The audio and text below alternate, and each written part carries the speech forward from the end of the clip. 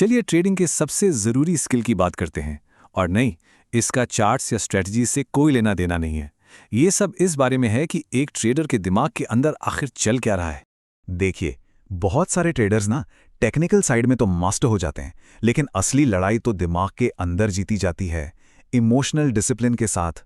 बात सिर्फ चार्ट पर कैंडल्स देखने की नहीं है, बल्कि उन कैंडल्स को देखते वक्त अपने अंदर के तूफान को शांत रखने की है। तो इसका जवाब छिपा है कुछ ऐसे इमोशनल ट्रैप्स में जो बड़े से बड़े ट्रेडिंग प्लान को भी बर्बाद कर देते हैं। तो चलिए एक एक करके इन जालों को समझते हैं। ठीक है, तो चलिए अब इसमें थोड़ा और गहराई से उतरते हैं। एक रियल केस स्टडी देखते हैं कि आखिर एक लाइव ट्रेडिंग डे पर ये इमोशंस असल में काम कैसे करते हैं। तो सेटअप ये है, पिछले दिन मार्केट में ज़बरदस्त बिकवाली हुई थी। तो आज के लिए हमारा प्लान बिल्कुल साफ है, हमें बेचने के मौके ढूंढने हैं। और जैसे ही मार्केट खुलता है, वो तुरंत हमारी प्लानिंग को टेस्ट करने लगता है। मार्केट में ज़बरदस्त खरीदारी होती है, जो हमारे बेचने के प्लान के एकदम उल्टा है। यहीं से पहला इमोशनल कॉन्फ्लिक्ट शुरू होता है। एक बात हमेशा याद रखनी चाहिए, मार्केट कभी नहीं चाहेगा कि कोई आसानी से पैसा बनाए। वो हमेशा साइकोलॉजी के साथ खेलेगा। बस यही वो पल है जब दिमाग के अंदर असली लड़ाई शुरू होती है। और ये लड़ाई लगभग तुरंत ही दो बहुत पावरफुल इमोशंस को जगा देती है। और ये सब होता है मार्केट खुलने के सिर्फ 2-3 मिनट के अंदर। सबसे पहला जाल है सेल्फ डाउट, यानी खुद पर शक। ये एक ट्रेडर को अपने ही अच्छे खासे रिसर्च किए हुए प्लान पर सवाल उठाने के लिए मजबूर कर देता है। दिमाग में आने लगता है, शायद मेरा प्लान ही गलत है। और जैसे ही शक आता है, उसके ठीक पीछे पीछे आता है डर। ये डर एक ट्रेडर को एक्शन लेने से मानो पैरालाइज कर देता है। मन में बस एक ही सवाल घूमता है, मार्केट तो ऊपर जा रहा है, मैं यहां बेचूं तो बेचूं कैसे। तो यहाँ सबसे जरूरी बात क्या है? अपनी तैयारी पर भरोसा रखना और कुछ मिनटों की उल्टी चाल को अपनी पूरी स्ट्रेटेजी बर्बाद करने नहीं देना। याद रखिए, जब कोई अपनी प्लानिंग की इज्जत करता है, तभी मार्केट उसकी इज्जत करता है। अब देखिए क्या होता है। जैसे ही मार्केट तेजी से घूमता है और बिकवाली शुरू होती है, इमोशनल ट्रैप्स का एक नया सेट सामने आ जाता है।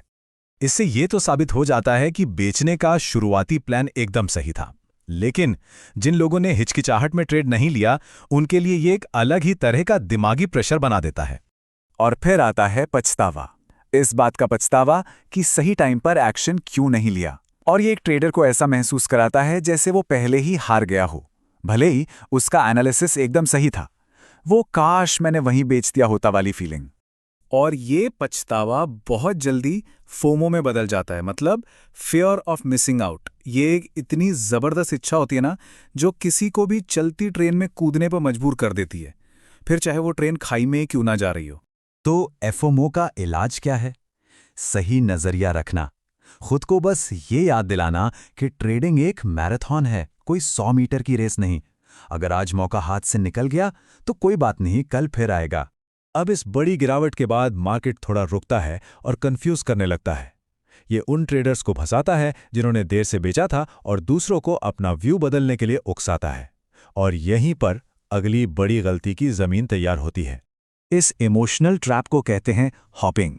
इसमें ट्रेडर कंफ्यूजन में आकर अपने प्लान को पूरी तरह से छोड़ देता है और बेचने से खरीदने पर या खरीदने से बेचने पर कूदने लगता है। लॉजिकल दिमाग पूरी तरह से बंद हो जाता है। चलिए अब मान लेते हैं कि ट्रेड सही दिशा में चल पड़ा है। अब आती है असली चुनौती, एक चलते हुए प्रॉफिट वाले ट्रेड में अपने इमोशंस को मैनेज करना। जैसे ही ट्रेड प्रॉफिट में आता है, दो राक्षस सिर उठाने लगते हैं, डर और लालच। डर कहता है, अरे जल्दी से प्रॉफिट बुक कर लो, कहीं ये चला ना जाए। और लालच कहता है, नहीं नहीं रुको, ये और भी बड़ा मूव देगा। तो सवाल ये है कि सुने किसकी? जवाब है किसी की नहीं, सिर्फ और सिर्फ अपने प्लान की सुने। और आखिरी जाल वो ट्रेड बंद करने के बाद आता है, जब कोई ट्रेड से बाहर निकल जाता है और फिर देखता है कि मार्केट और भी आगे चला गया।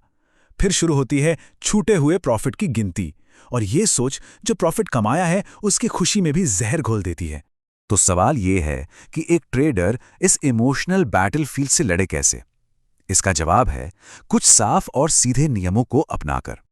ये 6 नियम एक तरह से इमोशनल कवच का काम करते हैं। पहला, कभी भी बिना प्लान के ट्रेड मत करो, ये बिना मैप के सफर पर निकलने जैसा है। दूसरा, ट्रेड लेने से पहले ही अपने रिस्क को मान लो, इससे डर आप पर हावी नहीं होगा। तीसरा, हर ट्रेड को एक नया ट्रेड समझो, पिछले ट्रेड के प्रॉफिट या लॉस का असर इस पर मत पड़ने दो। चौथा, अपने इमोशंस की एक डायरी बनाओ, इससे अपने पैटर्न को समझने में मदद मिलेगी। पांचवा, ट्रेड कम करो और मार्केट को देखो ज़्यादा, याद रखो सब्र ही सब कुछ है। और छठा और सबसे ज़रूरी, अपने बनाए नियमों को हर हाल में फॉलो करो। ये नियम इमोशंस को ख़त्म नहीं करते, पर उन्हें काबू में ज़रूर रखते हैं। ये नंबर याद रखिएगा, 80%। एक कामयाब ट्रेडर का 80% वक्त सही मौके का इंतजार करने में गुजरता है, ना कि सिर्फ ट्रेड बटन दबाने में। कभी कभी सबसे अच्छा ट्रेड कोई भी ट्रेड ना करना ही होता है। तो देखिए, लक्ष्य एक रोबोट बनना बिल्कुल नहीं है। लक्ष्य तो बस ये पक्का करना है कि ड्राइवर की सीट पर आपका प्लान बैठा हो और आपके इमोशंस पिछली सीट पर। तो अब सवाल सिर्फ एक है, अगले ट्रेड को कौन कंट्रोल करेगा?